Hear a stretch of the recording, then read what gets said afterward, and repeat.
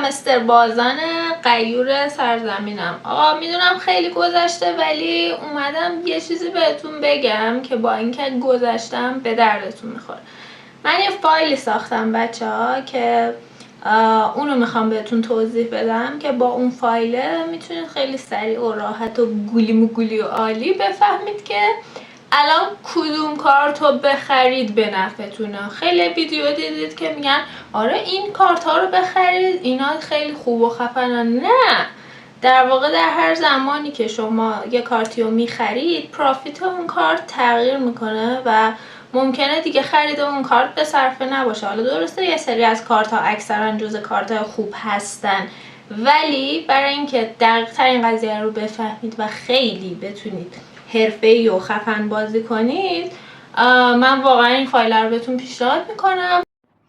عزیزان فایل توی کانال تلگرام، لینک کانال تلگرامم توی دیسکریپشن هست. سرچ کنید توی کانال فایل همستر و راحت پیداش کنید. ویدیو یه سری تقسیم بندی داره که این گوشه فیلم اگر بزنید گوشه ویدیو میتونید تقسیم بندی ها رو ببینید. من احیانا برای اینکه کسی شاید تازه همین امروز نصب کرده باشه یه توضیح ریزی هم آموزش و این داستان ها بهتون میدم، ولی اگه همه چیز رو میدونید و فقط دنبال اون فایلید برید توی بخش بندی ها و همون قسمت ویدیو رو فقط ببینید. بریم که داشته باشیم. مجددا همستر باز نمیشه. هر موقع بچه ها هر موقع من اومدم این ویدیو رو بگیرم این همستر کوفتی باز نشد. واقعا ناراحتم، باورم نمیشه. خب بعد از 40 دقیقه این درست شد. یعنی آدم همیشه تو محدودیت ها ستاره میشه. حالا نمیدونم اینجا چقدر کاربرد داره ولی واقعا نه، واقعا نمیدونم، نه اونقدر باورش ندارم. خب بریم. همونجور که میدونین این همستر تو بازی که شما باشید یه سی اوید، یعنی یه مدیر عامل هستید. خب که باید با آپگرید کردن شرکتتون و تیم هاتون و فلان و بیسار درآمد شرکتتون رو ببرید بالاتر. قطعا ما یه سکه اینجا داریم، یه پروفیت پر اور، که طبق گفته خود همستر توی حالا کانال اصلیش و این داستانا این پروفیت پر اوره که مهمه و یه سری چیزهای دیگه که حالا هنوز بهمون لو نداده، ولی بین سکه و پروفیتی که مهمه، یعنی شما اونو ببرید بالا. اگر تا حالا هنوز بازی رو اجرا نکردید من لینکم توی دیسکریپشن هست، با اون لینک میتونید وارد بشید و اولین استراتژی اینه که شما وقتی وارد بازی میشید یک سری از این کارت ها، مثلا حالا چیزی که من یادمه این مم کوینز اگه اشتباه تلفظ نکنم زیرش نوشته که مثلا شما باید فلان کارتتون رو، حالا من دقیق یادم نیست چی بوده، ولی شما بگیرید که مثلا تاپ 10 CMS پرز بوده که این کارت باشه. اینو شما باید مثلا به لول 10 برسونید که این کارت مم کوین براتون باز بشه.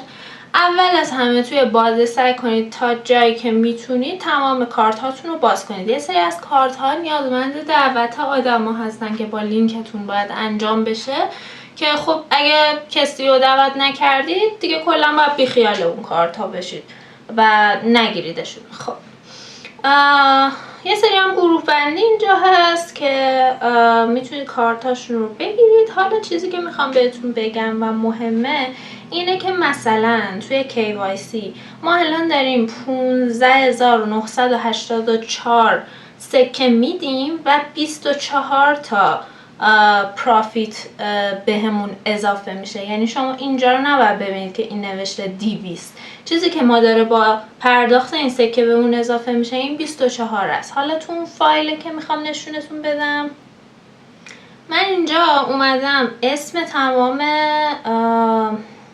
کارت ها رو نوشتم، جلوش مبلغی که دارید پرداخت میکنید کاستش رو نوشتم و چیزی که بهتون میده، یعنی اونی که روی کارت میزنید، نه اون 200 اون 21 اون رو نوشتم و در واقع ستون کاست رو تقسیم بر پروفیت پر اور کردم که به ما بگه ارزش کدوم کارت الان بهتر و بیشتره که ما با پرداخت پول کمتری بتونیم پرافیت بیشتری بگیریم و هرچی این عدد توی ستون سوم کمتر باشه یعنی که اون کارت بهتریه.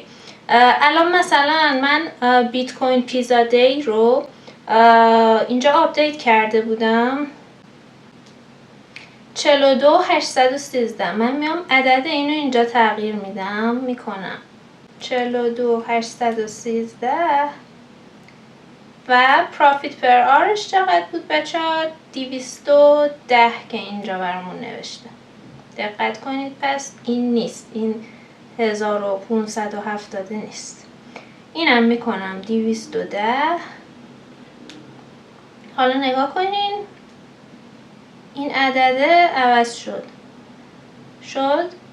203.87. خب ولی باز هم بالای این ستون قرار داره. من میخوام که بهتون توی گوشی هم نشون بدم که اینو چه شکلی میتونید درست بکنید. روی خود ستون دی اینجوری کلیک میکنید، این فلش رو این پایین میزنید، میایین پایین روی سورت اند فیلتر میزنید و سورت تلفظشو نمیدونم، این A to Z رو میزنید که از کم به زیاد اینو براتون مرتب کنه. حالا برای من از قبل مرتب.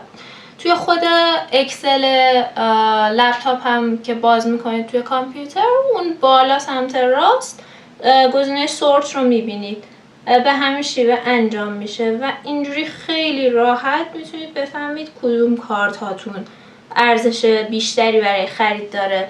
حالا یه سری نکته کم و زیادی هم که بهتون بگم، مثلا کلی آپدیت کردید و همه سکه هاتون رو تموم کردید، الان مثلا زیر 1 میلیون سکه دارید. خب میبینید که اون تون به علاوه همستر رو نمیتونید آپدیت کنید، لایسنس ژاپن رو نمیتونید، اتیوپیا نمیتونید، ولی خب شورت اسکویز میبینید که 834,000 تاست، اونو میرید مرحله بعدی آپدیت میکنید.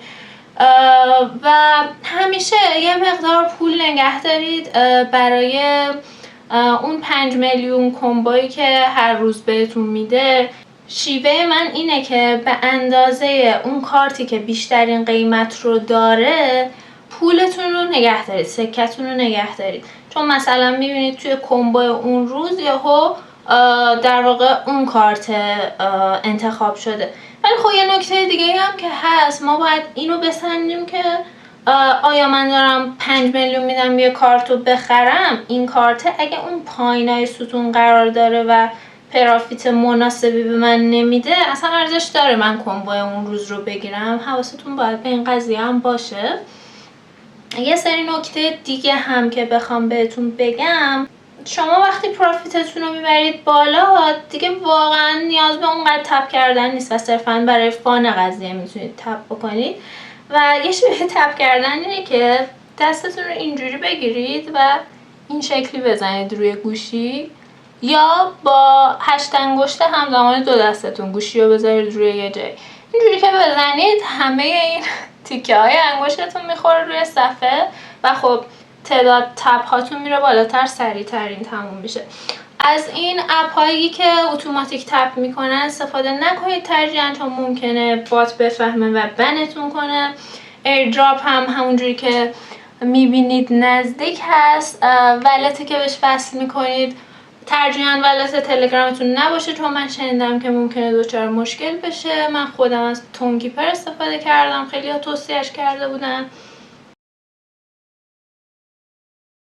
یک نکته دیگه و اشتباهی که من خودم کردم اینه که این قسمت بوست که میزنید، مولتی تپ و انرژی لیمیت رو خیلی نمیخواد آپدیت کنید. به نظر من حد اکثر تا 10 واقعا بسشه، خیلی نیازی نیست که آپدیت بشه. نکته دیگه این که اگه حالا حوصله ندارید با این فایل کار کنید و نمیخواید اونقدر حرفه‌ای و دقیق وقت بذارید و این داستانا، ترجیحاً کارت های اسپشیال کارت های بهتری هستن، کارت هایی که روشون میزنید و تایم دارن و نمیتونید مثلا میخریدش بعد میزنه که 2 ساعت دیگه دوباره میتونید بخریش. اونها کارت های با ارزش تری هستن، بیشتر میتونید رو اونها سرمایه گذاری کنید. این پرافیت پر آورتون برای 3 ساعته فقط. یعنی اینجوری نباشه که شما بازی رو ول کنید به حال خودش و در طول روز بازیش نکنید. باید حتما که نه، ولی برای اینکه بتونید حرفه‌ای تر بازی کنید 3 ساعت یه بار اگه بیاید تو بازی این پروفیتتون رو جمع کنید خیلی سریعتر پیشرفت میکنید. یه چیزی که من متوجه شدم اینه که این بخشی که الان مثلا 4000 و اینجا همین که جلوش بوست نوشته 8500 تا به حسب من ظرفیت هم به ازای هر 1 ثانیه 3 تا پر میشه و خب اگر تازه شروع کردید بازی و میتونید وقت بذارید حواستون به این قضیه هم باشه که بیاید سریع اینا رو خالی بکنید و تپ بکنید. من دیگه نکته خاصی ندارم که بهتون بگم. من حالا چیزی ندارم باشه برای بعدا. خیلی مرسی از اینکه ویدیو رو دیدید. اگه تا اینجا اومدید تو دوست خوب منی. سابسکرایب، لایک اینا یادتون نره و ویدیو رو حتما معرفی کنید به دوستاتون و هر سوالی داشتید هم بپرسید، من تا جایی که بدونم کمکتون میکنم.